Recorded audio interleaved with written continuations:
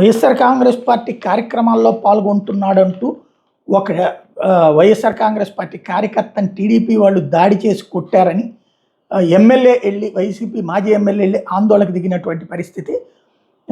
TDP నాయకులు కార్యకర్తల దాష్టీకానికి అడ్డొదుపు లేకుండా పోతుందని సాక్షి ఒక కథనాన్ని ప్రొజెక్ట్ చేసింది. కర్నూలు జిల్లా చిప్పగిరి మండలం సంగాల గ్రామానికి చెందిన గిరి అనే వైఎస్ఆర్సీపీ కార్యకర్త మీద శనివారం రాత్రి టీడీపీ మొక్కలు దాడికి దిగబడ్డాయి. దీంతో నేమకల్లు గ్రామానికి చెందిన టీడీపీ కార్యకర్తలు గురునాథ్, శేఖర్, సుధాకర్, నాగరాజు, శివ తన మీద దాడి చేసిన గిరి ఎమ్మెల్యే విరూపాక్షికి, ఇప్పుడు ఆయన గెలిచినట్టున్నారు వాళ్ళు, విరూపాక్షికి ఫోన్లో సమాచారం ఇచ్చారు.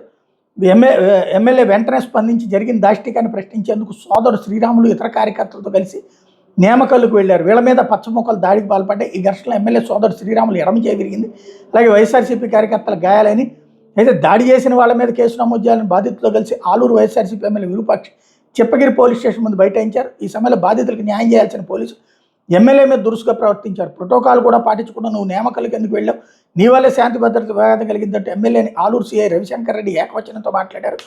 బాధితులకు న్యాయం చేయాల్సిన పోలీసులు టీడీపీ వర్గీయులకు ఒత్తాసు పలుకుతున్నారని విరూపాక్షి మండిపడ్డారు. నిందితులపై కేసు నమోదు చేయాలని ఆయన డిమాండ్ చేశారన్నటువంటిది హైలైట్ చేశారు.